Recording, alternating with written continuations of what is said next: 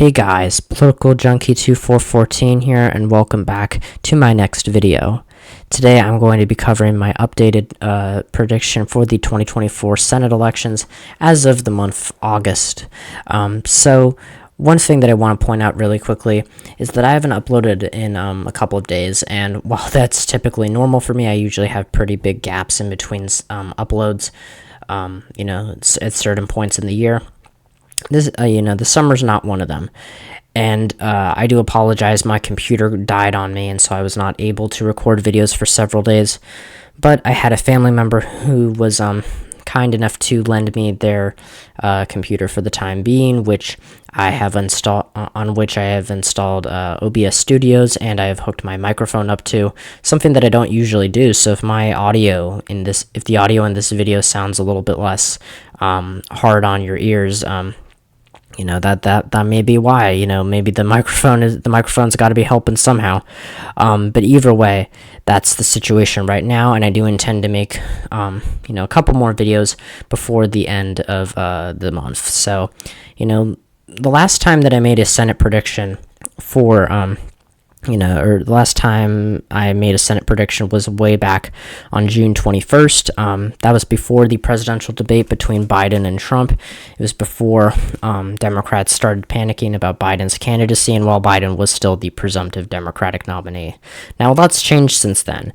Back then, I thought that Joe Biden was going to narrowly win the election. I thought Democrats were going to flip back the House but lose the Senate narrowly.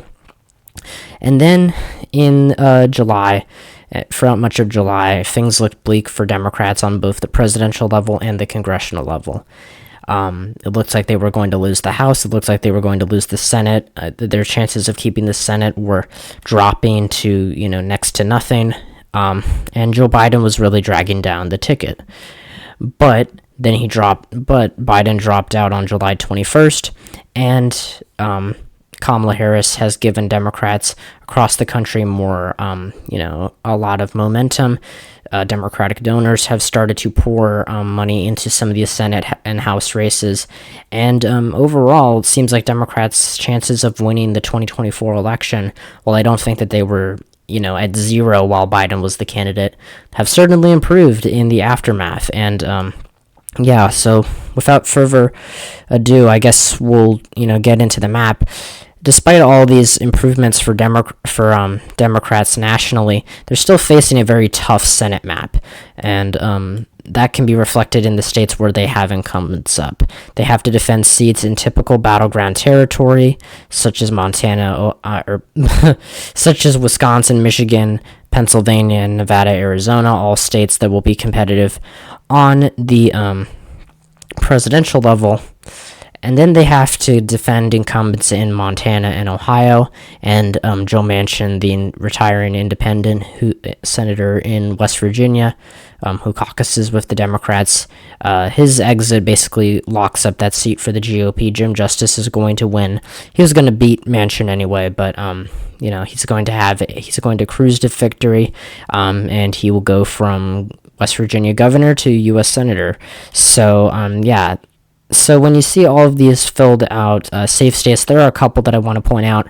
New Jersey, I am moving up from likely Democratic to solid. And the reason for that, Bob Menendez is resigning in just a couple of days, and he just officially ended his independent bid for a fourth Senate term yesterday. The day that I'm recording this is August 17th, just by the way. I'll probably get it out to you guys tonight, but if not, you might be seeing this on the 18th. Either way, there's really not much risk of Andy Kim, the Democratic nominee, getting a lot of pushback or getting a lot of votes siphoned away from him and potentially opening a pathway for Curtis Bashaw, the Republican nominee, to win the state. But I never really thought Menendez was going to do that well anyway. And Kim could still win under, 15 points. New Jersey, does have a history of voting for Democrats a little bit more narrowly than you might expect on the Senate level. But either way, I think Kim's a very good candidate. He won a Trump seat in 2020 by like 10 points. So I think, He's got it in him. Minnesota, Amy Klobuchar is very popular. She will win there, especially now that Minnesota Governor Tim Walz has been announced as Kamala Harris's running mate. So that, I was never really concerned about Klobuchar's prospects over the last couple of months, but she's in a more solid position now because Harris and Walz are likely to win Minnesota by even larger than Biden was. So yeah, at the end of the day, we have 12 seats that are not considered safe, and I'm going to switch it up this time. I think we're going to go from east to west. We're not going to go through each of the different categories, one by one. We're just going to go and characterize states as we go. So we're going to start down in the state of Florida, which I'm going to be characterizing as likely Republican. Rick Scott won his first election here in 2018 against then incumbent Senator Bill Nelson. And Scott was the governor of Florida at the time. He had won 2 very close races for governor.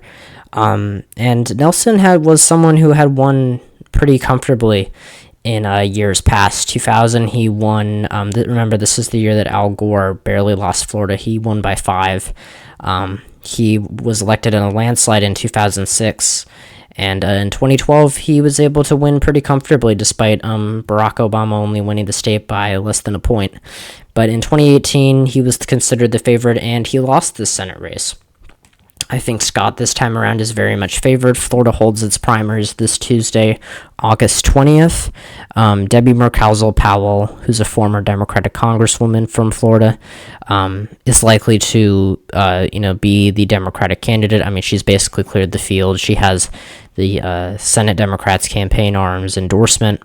And I think that she's running a good campaign. She's definitely leaning into winning back some of the, Latino voters in the Miami area, many of whom have fled from the socialist countries such as Cuba and Venezuela, who Republicans have successfully brought over to their side by warning that Joe Biden and Kamala Harris would be communists, or socialists. And I think Mercalzo-Powell, with the recent dispute over Venezuela's presidential election, I think Mercalzo-Powell has rightfully pushed back on that, both in terms of an ethic and, ethically and electability and electorally has made a smart decision to make a play for these voters. I'm sorry, I'm stuttering.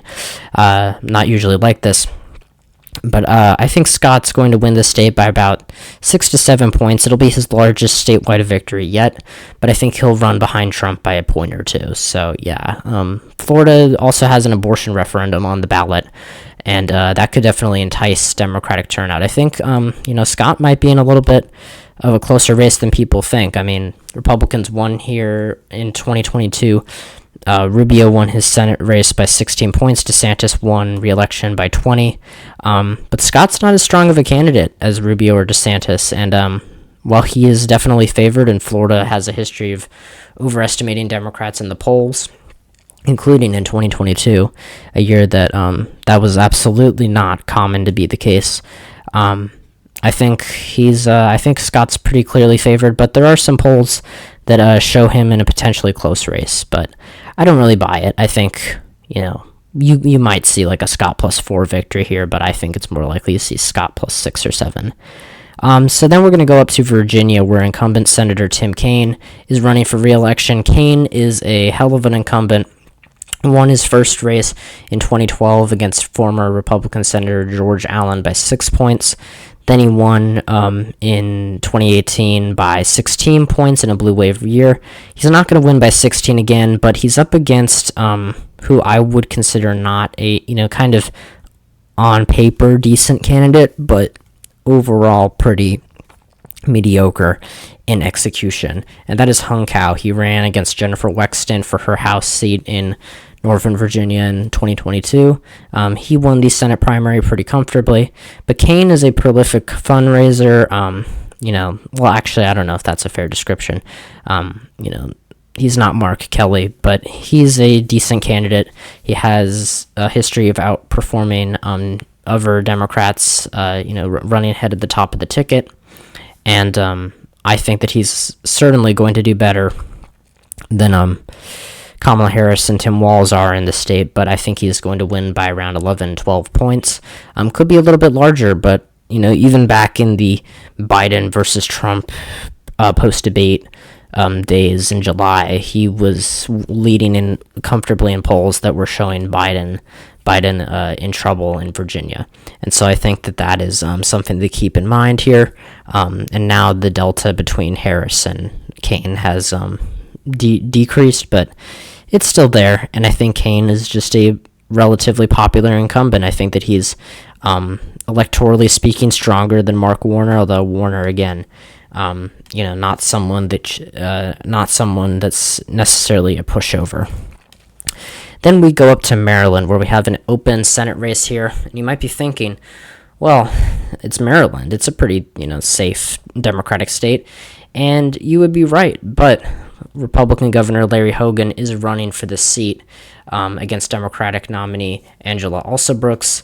And while this seat is while the state is very Democratic, Hogan has won in blue waves before. He's won, not to say that 2024 is absolutely going to be a blue wave. I don't think it will be, but I think it'll be a Democratically leaning year. Hogan is someone who has done well in this state. In 2018, he was reelected governor by 11 points, while Senator Ben Cardin, who is now retiring, won his Senate race by, I want to say, 30 points. Yeah, 34 points. So it was a massive delta between the two. But again, governor races are different than Senate races.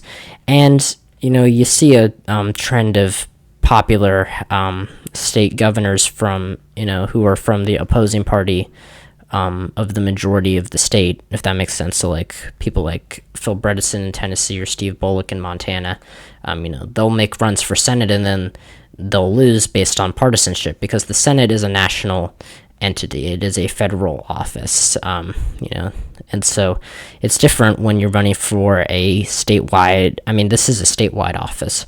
It's for the entire state, but nationally it is at the federal level. And so that makes it different from a governor's race. And Angela Alsobrooks, very powerful, very strong candidate. She's the current county executive for Prince George's County. She defeated David Trone in the Democratic primary despite being outspent quite significantly. And I think that she's really going to run with this race. I think that there's an abortion referendum on the ballot in Maryland. And while I don't think that Alsobrooks was going to lose by it anyway, was going to lose without it anyway, Hogan is just really having a hard time, overcoming the Democrat plus 30 environment that you have to face in Maryland. It was one thing when he was running for governor, but now that he's running for Senate, I think he's going to fall victim to the partisanship that locked out Phil Bredesen and Steve Bullock from winning those Senate races in 2018 and 2020, respectively. And so, yeah, Hogan's just really having a hard time here. Then we go on to the great state of Pennsylvania, where incumbent Democratic Senator Bob Casey is running for re-election. My goodness, there we go. My computer's lagging a little bit. Maybe a little too much is going on.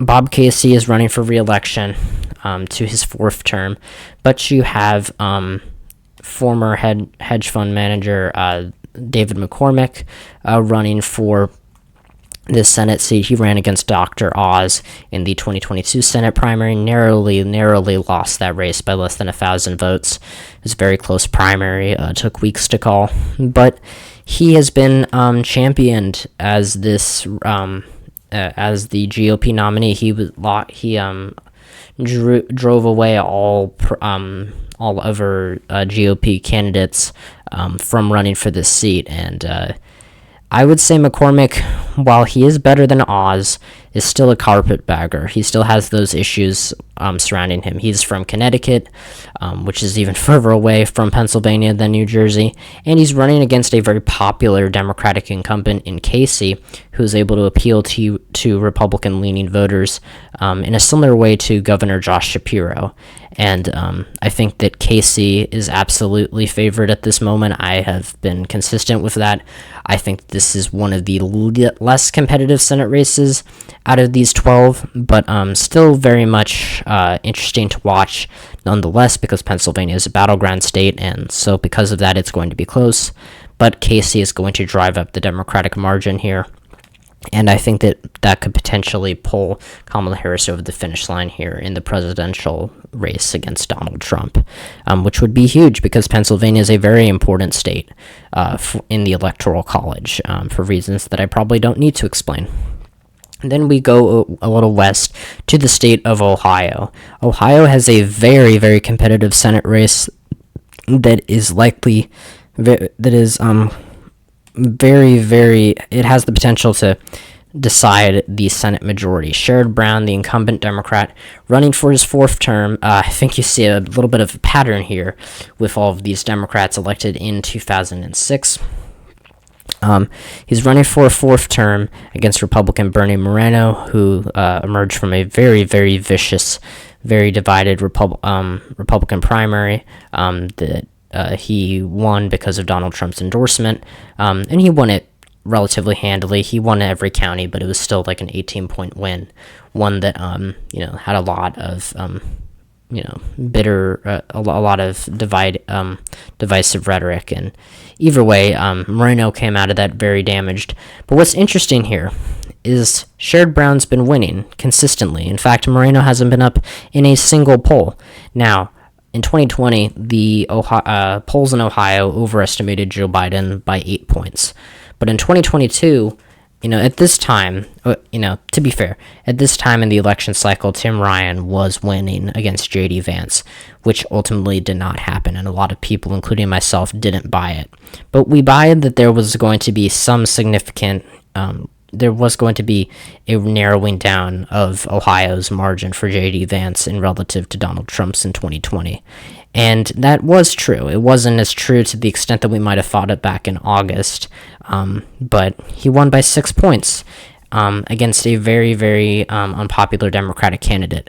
And he actually underperformed the polling data in 2022. He was the worst performing Republican running for statewide office in Ohio. All the others, Frank LaRose, Mike DeWine, John Husted, they all won their races. David Yost for Attorney General, they all won their races by solid margins. J.D. Vance significantly underperformed other Republicans in Ohio.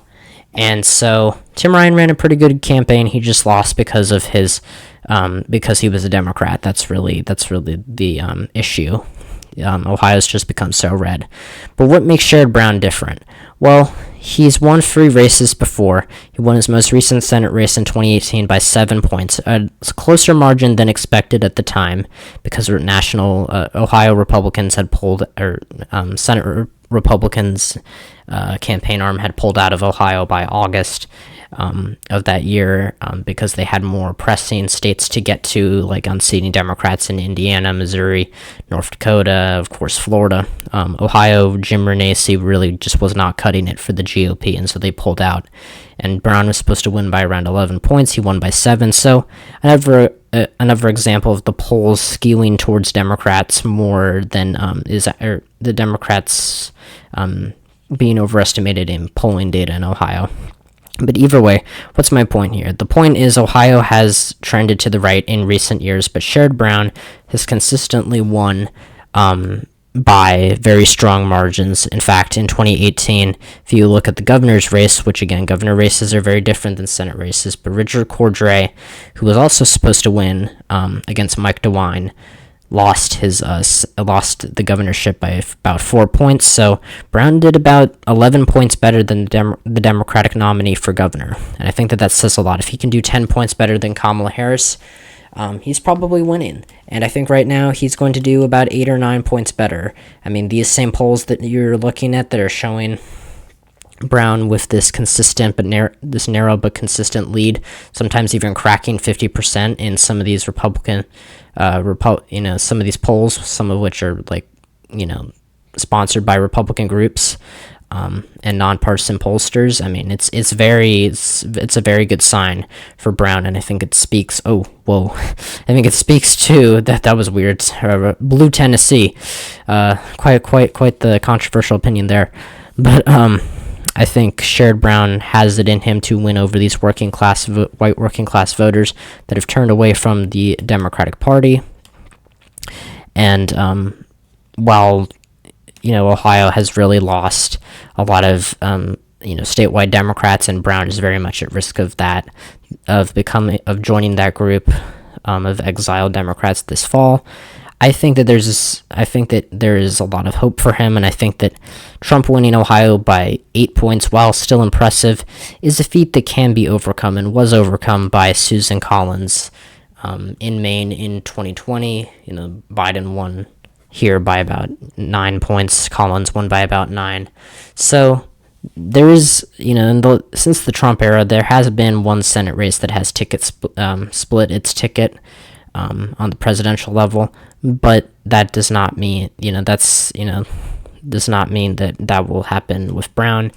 In fact, that being the only example is a very bad sign for ticket splitting all across the board. But either way, Ohio is looking very good for Sherrod Brown at the moment, and relatively good. He could still very much lose this race. I see an argument for Moreno winning just based on partisanship, and that may happen come November. But I think if the election were held today, Brown would win by about half a point, and that's where I stand on it right now. Then we go over to the state of Michigan. Michigan's an open Senate race. Debbie Stabenow, the incumbent Democrat, is not running for a fifth term, I believe. Yeah, it would be her fifth term. And so we have an open race here. Lisa Slotkin is the Democratic congresswoman from Lansing. She is the nominee of her party. Former Congressman Mike Rogers, also from Lansing, is the Republican nominee. Both of them won their primaries last week, or I think a week and a half ago, roughly, very comfortably. And they were on, a collision course to the general election. The Michigan GOP has had a serious losing streak since 2018, however, and they got demolished here in 2022. The abortion issue really destroyed Tudor Dixon's campaign, for governor against Gretchen Whitmer, and House Republicans trying to unseat Slotkin and Representative Dan Kildee. In fact, John James almost lost his House race because of the Roe effect and just general bad candidate quality. Although I don't think James was a terrible candidate, but the environment for Michigan Democrats was very, very good. I don't expect it to be as good this year. There was an abortion referendum on the ballot, but Roe is still very much an issue in this election cycle, and Slotkin's won in a competitive district before. So has Rogers, but Rogers has been out of office for almost 10 years. He is the former chair of the House Intelligence Committee, and so he can lean into his experience on foreign affairs, but Slotkin also has foreign policy experience.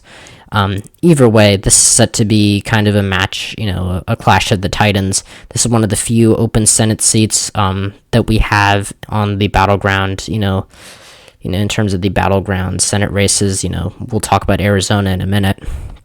But Michigan, overall, the Michigan Republican Party has kind of gone broke. They're not doing well. They're not winning. They haven't won a statewide election since 2016. And so I think because of that, Elisa Slotkin, being a not, outstanding, but pretty good candidate with a strong electoral track record, I think will win. And I think that there's a chance that she underperforms Kamala Harris slightly, because I think Mike Rogers is a really strong GOP nominee. But again, neither of the candidates of these parties are particularly strong. I mean, they're both strong, but it's kind of what's the word? They're both kind of relatively strong, but maybe not the strongest. Maybe if you pilled up someone else. But either way, maybe Clash of the Titans wasn't the right term, but it is still a very interesting Senate race from, the lens of it being an open race and having two, Congress people running against each other with similar backgrounds. It's kind of an interesting dynamic. But I think Slotkin's going to win by around 3 points as of right now. Very narrow, pretty narrow victory. Republicans would like to have it, would like to flip Michigan, but they don't need it to win. They'd have to flip. They're going to flip West Virginia. They would need to flip Ohio, which I don't think they're going to do as of right now. They'll have to flip Montana, hold on to Texas, and that gets them the majority. But again, we're going to get to those states in just a minute. We go over to Wisconsin, which just held its primaries this past week. Tammy Baldwin, the incumbent Democrat, is running for a third term. Yes, a third term. Excuse me. Sorry. I'm out of breath. I've been talking so much without taking any breaths. She's running against Republican Eric Hovde, who was recruited by the national GOP. And Hovde is kind of a pretty poor candidate, if you ask me. He's a hedge fund manager from California who really has embroiled himself in some certain candidacies. It's another example, his primary win's another example of Senate Republicans not allowing themselves to get into bitter intra-party fights, except in Ohio. But Wisconsin, I think, really just... Baldwin is a very popular senator. She has a history of winning over, winning over, Republican voters. In 2018, she won by 11 points when Tony Evers, the Democratic nominee for governor and now governor of Wisconsin, only won by about 1 against Scott Walker, although Walker was the incumbent back then. But Baldwin has a very strong track record. I mean, in 2012, she beat Republican Governor Tommy Thompson in this state by 6 points. And Thompson did emerge from a very close primary, but this was a race that was open. This was a very competitive race, and it was against someone who had won overwhelming victories for the GOP in Wisconsin. So Baldwin has a very strong electoral track record. People in the state like her, and just like the rest of, these Rust Belt Senate Democrats, she is outperforming Harris, and pretty significantly. I mean, New York Times Siena College has her up by 8 in these polls. The Bullfinch Group has her up by 9. Marquette has her up by, high single digits. Emerson has her up by 6. Fox News has her up by 11. It's a consistent trend. I'm almost tempted to put this race into likely D. I mean, I could see it. I was planning on putting it as a likely or lean D. I'm actually kind of conflicted. Let me think about this for a minute. Do I put this as likely D, or I don't know. I think I'm gonna put it as lean D. I'm gonna move it down to lean D, but it's very, very close to likely. I don't know. It's right on the border. You could really make an argument either way for it. I think that Baldwin really has that ability to win. The polls in Wisconsin, just like in Ohio, were pretty bad in overestimating Democrats in 2020, but were relatively fine in 2022. Another sign of the polls now skewing towards Republicans. Baldwin's up by 6. I don't know. I mean, she is hitting 50% in most of these polls. You know what? I'm going to give it to her as likely. Yeah, Wisconsin's going to be likely blue. Then we go down to Texas. Texas is the only one of these states in the battleground column, except for Florida, that has a Republican incumbent. Ted Cruz is running for re-election. He almost lost 6 years ago to Beto O'Rourke. It was a stunningly close race, one that started off as a very, very heavily in favor of Cruz, but became more and more competitive as the months went on, and had Democrats pay more attention to it instead of focusing on holding on to, Claire McCaskill, having Democratic incumbents in Missouri, North Dakota, and Indiana hold on. They could have really had a chance at winning Texas. But it didn't seem like that at the time, given all the other fundamentals and the polling errors. But Cruz I think is in a better position this time. Colin already is a very decent candidate for the Democrats. Very much fits the profile of someone you would want to run against Ted Cruz. But Cruz, I think, is going to do worse than Donald Trump, just like a lot of these Senate GOP incumbents, or Senate GOP candidates. But Texas is still a red state. It voted for Greg Abbott in 2022 by around 11 points, which was a decrease from 2018, mind you, which was very interesting. But I do think that Cruz is not an awful candidate, but he's vulnerable. He's very vulnerable. It's not impossible for me to see Allred winning this race in November if things really go well for for Harris and for the Democrats in the coming months, if Trump really brings down the top of the ticket, because I think it's more likely that we see a Democratic Senate victory in Texas than a presidential victory for Harris, because she'd have to do just everything right, and so would Allred. But I think that he starts off with an automatic advantage, over the Democratic presidential nominee, because he's just running against a less popular candidate, one who has less appeal to voters in the Rio Grande Valley, who has less appeal to voters in the suburban areas around Dallas, Dallas, Fort Worth, Houston, Austin, San Antonio. Basically, Cruz is just worse for every part of the state. And so Allred's not, crazy, he's not crazy good, but he's good. He's a decent candidate for the Democrats, and I think he has a chance at winning, but I wouldn't bet on it right now. I'd say Cruz wins by 3.5 points. But it's close. It's closer than it should be, and if things go wrong for Republicans, they might have to divert their money to Texas. Then we go over to New Mexico. Martin Heinrich's running for another term. We're going to keep this one very brief. He won in 2018 against a Republican who was dragged down by a third-party candidate, but nonetheless would have won handily. He's probably one of the best, or he had a very impressive victory back then, and he's running against Pete Domenici's daughter. Domenici was the former senator from New Mexico. Nella Domenici is going to be the GOP candidate, and she's decent. Republicans, I think, are going to try and make a play for this seat, but Heinrich's really not going to lose. There was talk about it back when Joe Biden was the candidate and dragging down Democrats, especially when there was that prospect of internal polling that showed New Mexico becoming competitive for Trump. But Heinrich, I think, still would have outperformed Biden and, won this race, and he's going to overperform Harris. I could see this being a safe state, but New Mexico's not typically above 15% for Democrats. So I think Heinrich wins by 12, 13 points. Pretty decent margin, but closer than his 2018 victory for sure.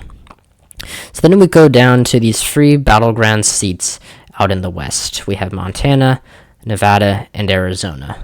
Very, very close states, and I'm going to guide you through each of them and tell you what I think is going to happen here. So, first of all, we're in Arizona. Kyrsten Sinema's not running for another term. Ruben Gallego's the Democratic candidate, and Carrie Lake, who ran for governor in 2022 and infamously lost and refused to concede the election, is running on the Republican side. And Lake just won her primary, and it was honestly closer than it really should have been. I mean, she already had a very, very abysmal win over Karen Taylor Robson in the governor primary 2 years ago. Closer than I think a lot of people expected. But Lake really should not have lost this county. Lamb had no money. He had no endorsements. He was not backed. Lake had the endorsement of the Senate Republicans campaign arm. And I think that this just really goes to show the intra-party discontent with Lake, which is mainly geared at the fact that she's not a very electable candidate. I don't think that Lamb would be much better, but I think he would be better. I think that Lake has really scarred herself with her statements targeting moderate Republicans, whereas Gallego, while he has a progressive record, has really gone out of his way to reinvent himself and has so far seemed to be successful with that. And he's been overperforming the top of the ticket quite significantly in Arizona. Arizona is another state with an abortion referendum on the ballot, which I think is going to give Kamala Harris a very, very good shot in winning the state. I mean, she already had a very good shot, but that issue really is evident for Democratic victories in swing states. And I think that Gallego really is going to lean into portraying Carrie Lake as an extremist, which I think she's already helping to do. She's trying to moderate her image, but she's still refusing to concede that the 2022 governor election wasn't rigged, or that she's still saying that it was rigged. And she's polling, she's got a reputation as kind of a crazy, and so I think a lot of people in Arizona, a state that has historically been very anti-Trump, really sees through her attempts to reinvent herself. Whereas Gallego, I think, has kept his profile has kept a very low profile over his 10 years in Congress, and I think that that's working out to his benefit. I think that he's done a good job of reaching out to McCain Republicans, and I think right now, I'd say he wins by around 3 to 4 points. I know a lot of people think he's going to win by like 5 or something. I don't know about that. I don't think he's going to do better than Mark Kelly. Because Mark Kelly just is a prolific fundraiser, and Blake Masters was just a terrible candidate. Ironically, I think he would have been a better candidate to go up against Gallego, just considering how much Lake shot herself in the foot. I think she's a worse candidate than she was in 2022. I think her election denial, compared to Masters' acknowledgement of Kelly's win, really, I think that's a major difference, and I think that's really even, that's lessened a lot of opinions about her. So I think Gallego, he's got his weaknesses. He's not an outstanding candidate, kind of like Slotkin, but he's running against a terrible Republican candidate, along with Bernie Moreno, probably, the worst two GOP recruits of this cycle.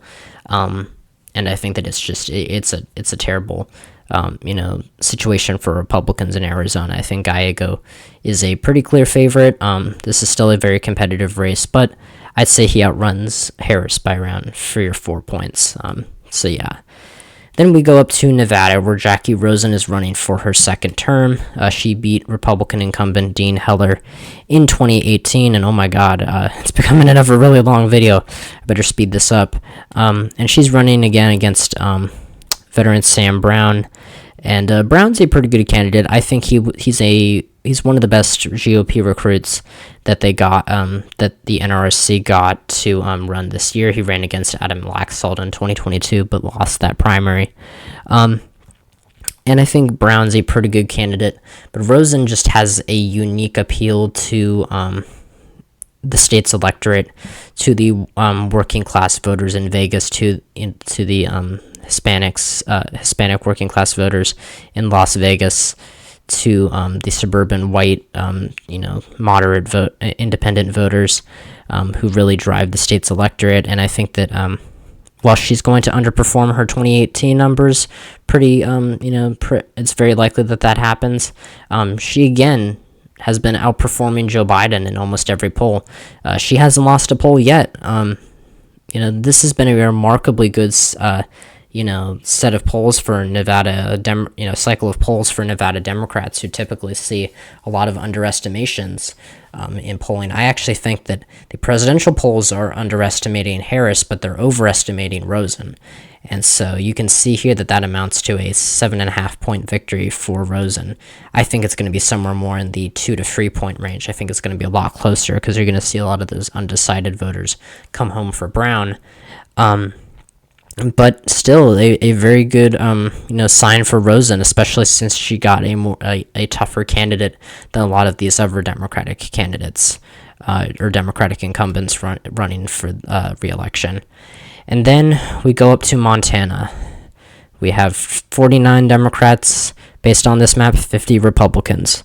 If Republicans win the White House, they're already at a majority. But let's say they don't win it.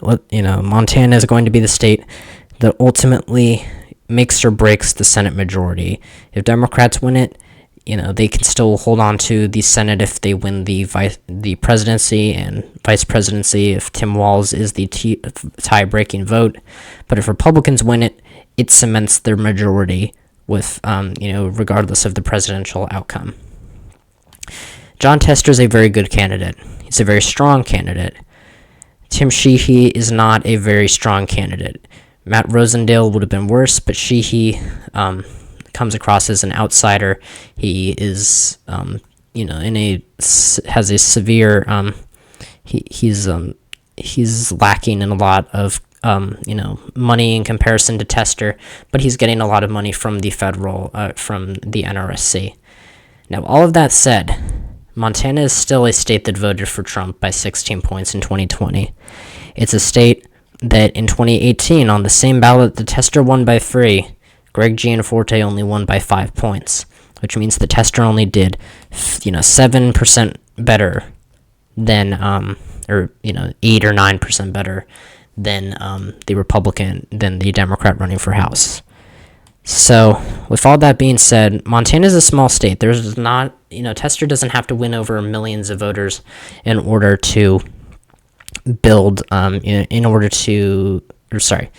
doesn't have to win over as many Trump voters as, say, Sherrod Brown in Ohio, because Ohio is a more populated state, so he'd have to win over technically more crossover voters than Tester. But Montana is a redder state than Ohio, and Tester hasn't had as comfortable of victories. He's run in every election cycle that he's ran a very competitive race. Brown was not in a very competitive race in 2006 when he beat Mike DeWine. That was a pretty clear pickup for the Democrats. And in 2018, it was a pretty clear sign as well. 2012, again, probably his closest election so far. But Tester has won several competitive races. That being said, he hasn't faced a race like this before. Ticket splitting is a lot less common than it was back in 2012. If you look back to that election, you see Manchin winning by 24 points in West Virginia. You see Indiana going blue. Missouri is safe blue. North Dakota voting for Heidi Heitkamp. Meanwhile, Nevada is red for Dean Heller. Arizona is going to Jeff Flake. Bill Nelson's winning in Florida. Yada, yada, yada. Massachusetts is single digits. You get the point. Tester is a very good candidate. Tim Sheehy has his flaws. There wasn't a big bench here. The Republicans did themselves a favor when they forced Matt Rosendale out the door. And Sheehy, while he isn't the most veteran, he's not a veteran, politician. That he's certainly a non-controversial enough candidate on the surface, I think, to win against Tester. I think Tester's really just going to have too high of a hill to overcome. He's losing in almost all of the polls, although this RMG research poll definitely seems to be an outlier right now. We could see Tester start to get more results like this, and if so, I may move this down into a more competitive category. But he has seen a surge in polling over the summer, and I think Tester is just really in a lot of trouble. He's going to have to really, really run it up here and hope that Harris doesn't lose by more than 15 in Montana if he wants to win this election. But right now, I think he's a pretty clear underdog. It's going to be close. I think Sheehy wins by only 3 or 4 points here. Pretty mediocre margin for a Republican in Montana, but again, he's running against perhaps the greatest Democratic candidate, or the biggest Democratic overperformer that we have up for re-election this November. So, at the end of the day, if my Senate prediction comes true, Democrats lose the Senate majority to the Republicans. They hold on to their seats in Nevada, Arizona, Wisconsin, Michigan, Ohio, Pennsylvania, Maryland, Virginia. But Republicans hold on to Texas and Florida, then flip West Virginia and flip Montana and get a very, very, very, very narrow outright majority. They flip 2 seats, turning the Senate from 51 to 49 in favor of the Democrats to 51 to 49 in favor of the Republicans. So, let me know what you guys think. Do you agree with this map? Are there any states that you would change? Do you think that Jon Tester is going to win in Montana? Do you think he's going to lose in Montana like I think? Conversely, do you think Sherrod Brown is going to lose in Ohio, or do you think he's going to win? Do you think Colin Allred's going to win in Texas? I want to know what y'all think. So let me know what you think in the comments down below. I apologize for this video being so long. But yeah, I hope you enjoyed. If you enjoyed the video, hit the like button, subscribe to the channel if you haven't already, share this video with someone who you think would enjoy it, and yeah, I'll see you guys next time when I talk about all things politics. See ya!